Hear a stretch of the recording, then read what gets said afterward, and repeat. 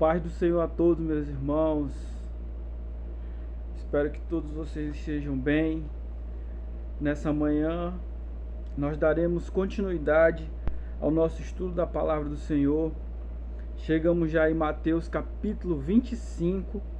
Espero que os irmãos estejam acompanhando, estejam fazendo as suas anotações. E vamos lá, Mateus capítulo 25. Glória a Deus. Mateus capítulo 25 é conhecidíssimo. Eu vou ler aqui alguns versículos do verso 1 ao verso 13 e nós vamos fazer algumas considerações aqui. Verso 25, capítulo 25, verso 1 diz assim: Portanto, o reino dos céus será semelhante a 10 virgens que pegaram suas candeias e saíram para encontrar-se com o noivo. 2. 5 delas eram sábias, mas outras 5 eram inconsequentes. 3. As que eram inconsequentes, ao pegarem suas candeias, não levaram óleo de reserva consigo. 4. Entretanto, as prudentes levaram óleo em vasilhas junto com suas candeias. 5. O noivo demorou a chegar, e todas ficaram com sono e adormeceram. Bom, aqui a gente vê a principal mensagem de Jesus, que é a respeito do reino dos céus. E essa deve ser a mensagem que deve direcionar, nortear as nossas vidas. A mensagem do reino dos céus. É muito importante a gente buscar orientação, buscar sabedoria para todas as outras áreas da nossa vida, mas a principal é essa, a respeito do reino dos céus. E aqui a história vai narrar 10 virgens, 5 prudentes e 5 insensatas. O que representa essas 10 mulheres? As prudentes representam, as virgens, né? Todas elas representam o quê? A pureza. Vai falar a respeito da pureza, vai falar a respeito dos cristãos e vai sinalizar em direção à pureza, quando fala de virgens. E 5 prudentes. O que é prudência? Prudência é a pessoa que busca evitar o erro. E o que é a insensatez? Insensatez é a pessoa que sabe o que precisa fazer, no entanto ela não faz.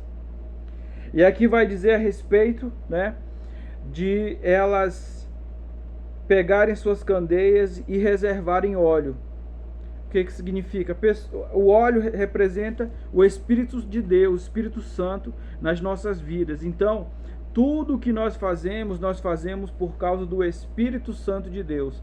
Oração, leitura da palavra, buscar ao Senhor, vir para a igreja, ajudar nossos irmãos, contribuir na obra de Deus como um todo, a gente só faz por causa do Espírito de Deus. E a gente vê aqui, como a história diz, 5 mulheres, elas estavam cheias do Espírito Santo e as outras 5 não estavam. E o noivo representa quem? Jesus. E a partir do verso 6 vai dizer assim: à meia-noite ouviu-se um grito, eis que vem o noivo, saí ao seu encontro. A pergunta que a gente precisa se fazer é: que noivo que chega à meia-noite para o seu casamento? Que noivo é esse? A gente vê aqui na realidade o Senhor, ele atrasando entre aspas, né? Ele atrasando de forma proposital. Por quê? Para ver se realmente nós estaremos preparados até a sua volta, até o seu retorno. Verso 7. Então todas as virgens acordaram e foram preparar suas candeias. 8. As insensatas recorreram às sábias. Dai-nos um pouco do vosso azeite, porque as nossas candeias estão se apagando. 9. Porém as sábias responderam: não podemos, pois assim faltará tanto para nós quanto para vós outras. Ide, portanto, aos que vendem e comprai-o. 10. Mas saindo elas para comprar, chegou o noivo. As virgens que estavam preparadas entraram com ele para o banquete de núpcias e a porta foi fechada. 11. Mais tarde, todavia, chegaram as virgens imprudentes e clamaram: Senhor, Senhor, abre a porta para nós. Contudo, ele lhe respondeu: Com certeza vos afirmo que não vos conheço. Portanto, 13. Vigiai, pois não sabeis o dia, tampouco a hora em que o Filho do Homem chegará. O que é que a gente vê aqui? Elas foram comprar o azeite, ou seja, elas foram buscar tardiamente ao Senhor, foram buscar o Espírito Santo, mas de forma tardia, de nada mais adiantava, porque o noivo, porque Jesus já tinha vindo, já tinha voltado, né? Já tinha vindo aqui, o noivo já havia chegado. Então, olha que coisa interessante, é bem interessante a Bíblia quando a gente vai lendo, né? Ele entrou e fechou a porta. Isso aqui me faz lembrar uma outra passagem lá de Apocalipse 3:20, quando Jesus fala para a igreja dizendo assim: eis que estou à porta e bato. O que é que Jesus está dizendo? Que ele está do lado de fora da vida de muitas pessoas. Ele está do lado de fora, ele não participa da vida de muitas pessoas. Será que o Senhor Jesus está dentro ou fora da nossa vida? Será que ele está lá na porta do nosso coração batendo? Porque a gente usa essa passagem de Apocalipse 3:20 para evangelizar, mas na realidade essa passagem é para a igreja. Não é para ímpio, é para a igreja. E aí? Será que Jesus está dentro, ele está na nossa vida, ele participa da nossa vida? Ou ele está na porta ali, ó, batendo? Talvez você possa falar: sim, pastor, o Senhor está na minha vida. Mas as suas práticas diárias, será que elas realmente sinalizam que Jesus está na sua vida? Será que as minhas práticas diárias sinalizam que o Senhor está na minha vida? Isso aí, meus irmãos, vai chegar o dia, hoje é o Senhor que bate na porta de muitos cristãos, do coração de muitas pessoas que estão na igreja. Mas vai chegar o dia que são as pessoas que baterão na porta dele, e ele vai falar o quê? O que é que ele vai dizer? Olha o que ele vai dizer. Contudo, ele lhes respondeu: com certeza vos afirmo que eu não vos conheço. Olha aí. Por quê? Porque quando uma pessoa... Irmãos, olha que observação, que ensinamento, aliás, que aprendizado interessante a gente tira aqui. Quando ninguém bate na porta da sua casa. Quando você chegar na sua casa, você não vai bater na porta da sua casa.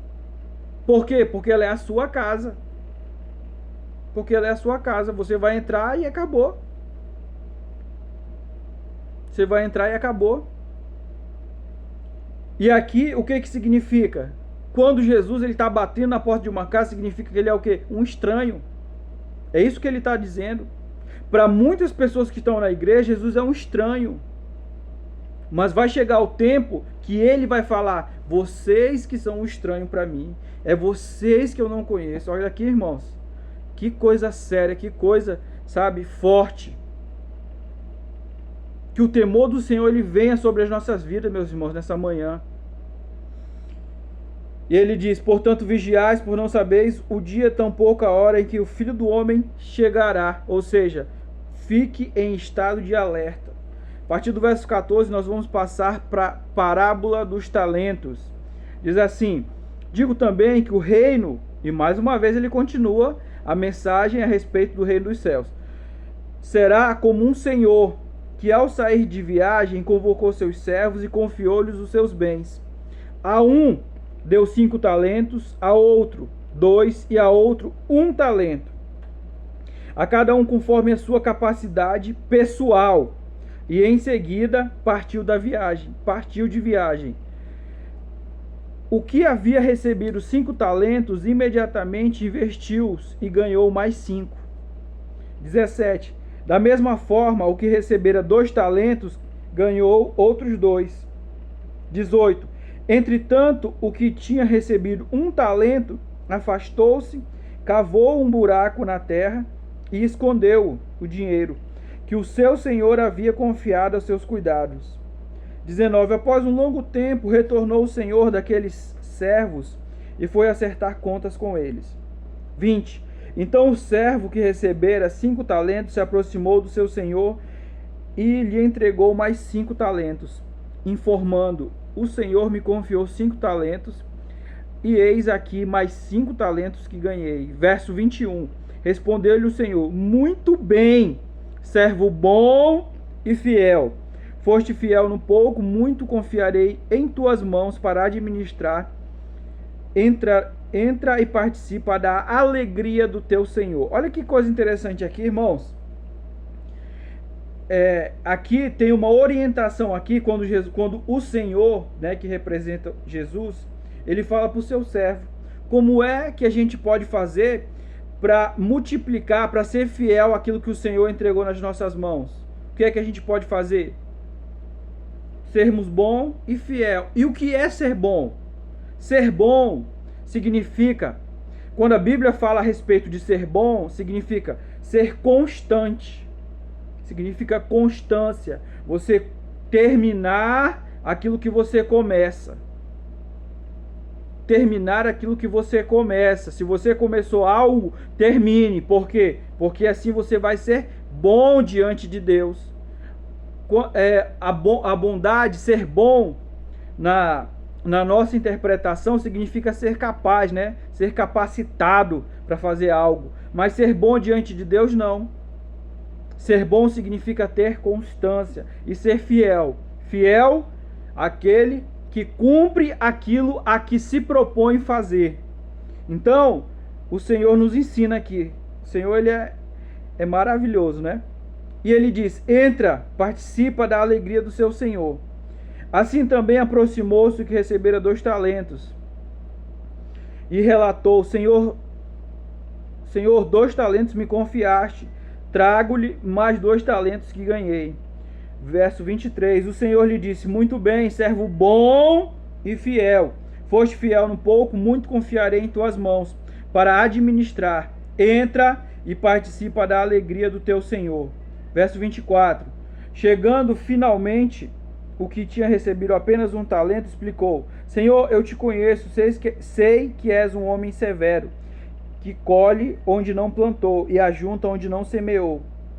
25, por isso tive receio e escondi no chão o teu talento. Aqui está, toma de volta o que te pertence. Verso 26, sentenciou-lhe, porém, o Senhor: servo mau e negligente, sabias que colho onde não plantei e ajunto onde não semeei?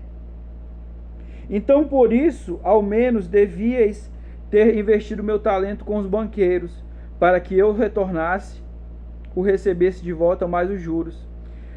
28, sendo assim, tirai dele o talento que confiei e dai ao servo que agora está com 10 talentos.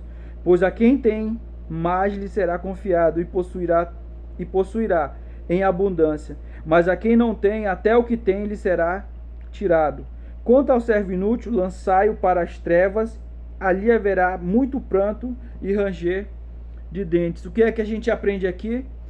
Nós sermos bom e fiel com aquilo que o Senhor nos confiou, com o talento que o Senhor confiou nas nossas mãos. Sabe, irmãos, o ministério que o Senhor entregou nas nossas mãos, muitas vezes a gente pode não fazer com destreza, com tanta destreza quanto outros fazem. Mas o ministério, ensinamento, pregação, louvor, sabe? E qualquer outra coisa, qualquer que seja o ministério que o Senhor entregou nas nossas mãos, a gente vai aperfeiçoando ele. A gente vai aperfeiçoando até a gente fazer com destreza, com zelo, com o cuidado que o Senhor espera que a gente faça. Mas qual é a questão? A questão é que as pessoas falam: eu não sei fazer direito, eu não vou fazer mais. Por quê? Por que as pessoas não fazem mais? Porque não, sabe? Não gera dinheiro. Porque se a pessoa recebesse para fazer aquilo, ela ia se empenhar. O interesse muitas vezes está o quê? Em arrecadar. Em arrecadar. Então, irmãos, o que o Senhor ele fala conosco nessa manhã? Seja bom e seja fiel àquilo que eu te confiei. Do contrário, o seu destino será o fogo eterno. Verso 31. Quando o Filho do Homem vier em sua glória com todos os seus anjos, com todos os anjos, então se assentará em seu trono na glória nos céus.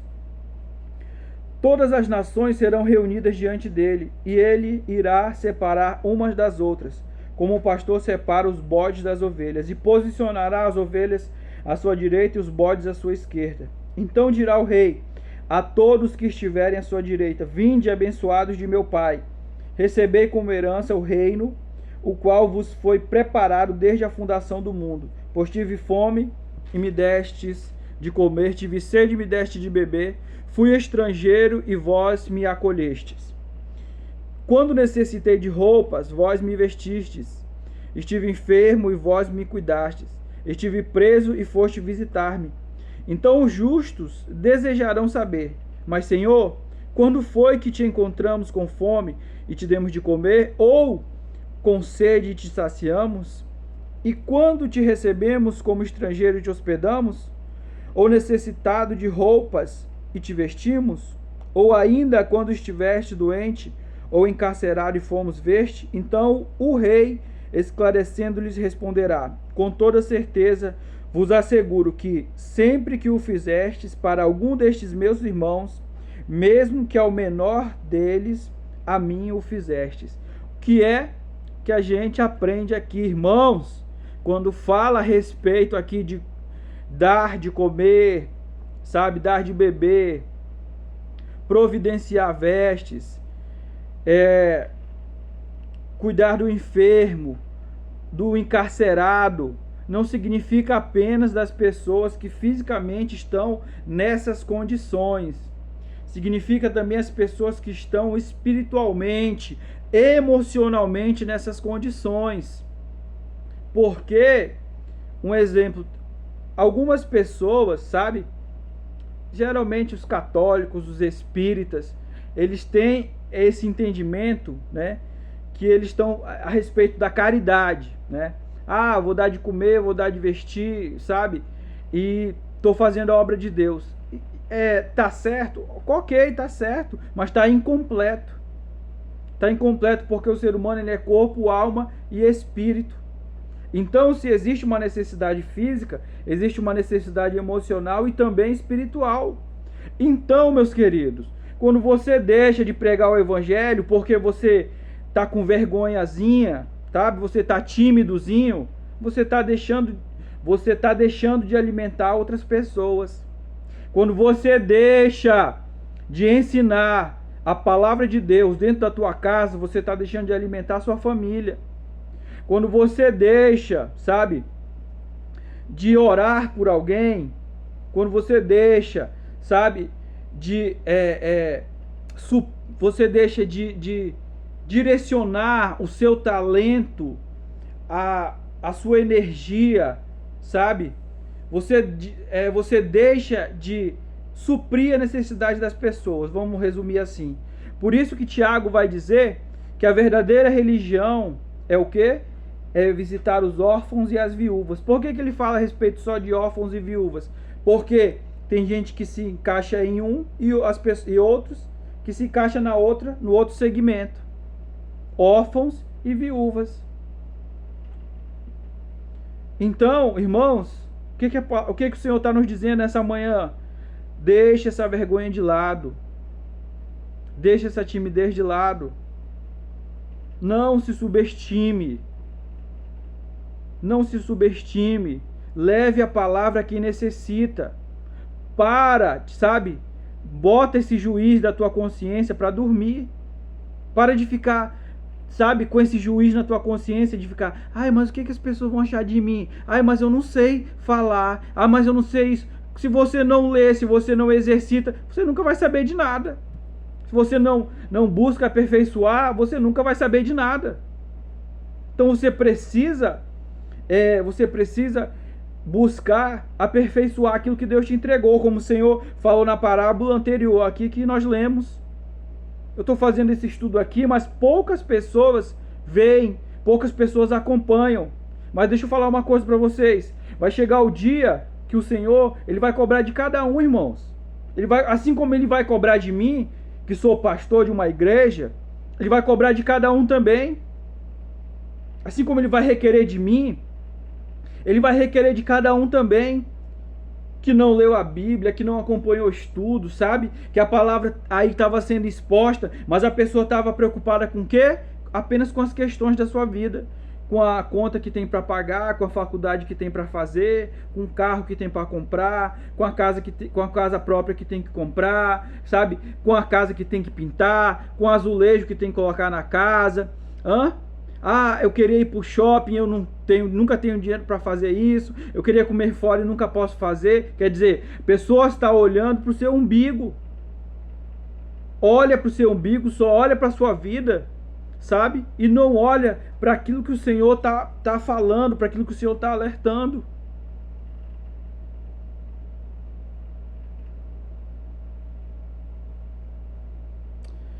Continuação diz assim: então o rei, esclarecendo, lhe responderá...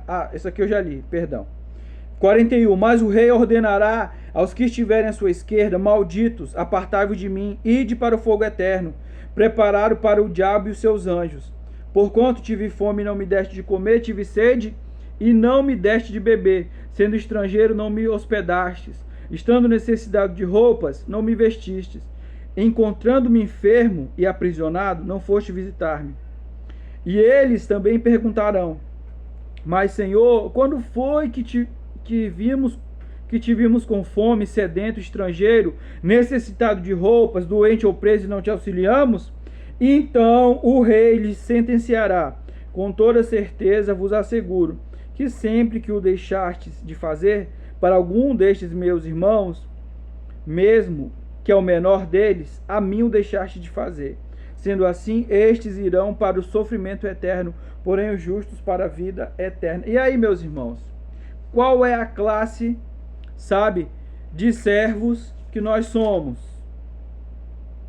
Qual é a classe de servos que nós somos? Nós somos os servos que estão servindo, porque, como eu falei muitas vezes, o nosso ministério é para quê?